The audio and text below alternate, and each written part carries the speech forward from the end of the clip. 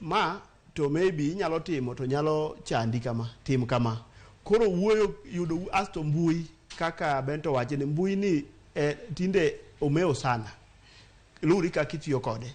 Koro wada nyiso nyithoki ng'eny ba neno ka tuda gi nyithindo mutimo tieko penj gi gin gi simbe ma kiani tinde piny olony moingo ndalo cha matin. Koro simo no ginya tiyo go maber. Mbalariany gi te kitudo koda gi Zitek gintie simo kanyo. Inyalo ng'iyo gik magitimo asti ipenjo. Omiyo kata kakora kawo ranyisi again koro kawacho kata Zitek wan gi inquiry line ma namba simo moket kanyo koda ibiro Zitek koro inyalo goya to ipenjo to gima utimo course maneno mutimo ni chalo kamani ento odil ga ng'oto onyalo time nang'o iyudo da winjruok nikech kata sama gidhien mana kaka Bendo wacha sani universities mang'eny nigi gimi giluongo ni blended learning kata wan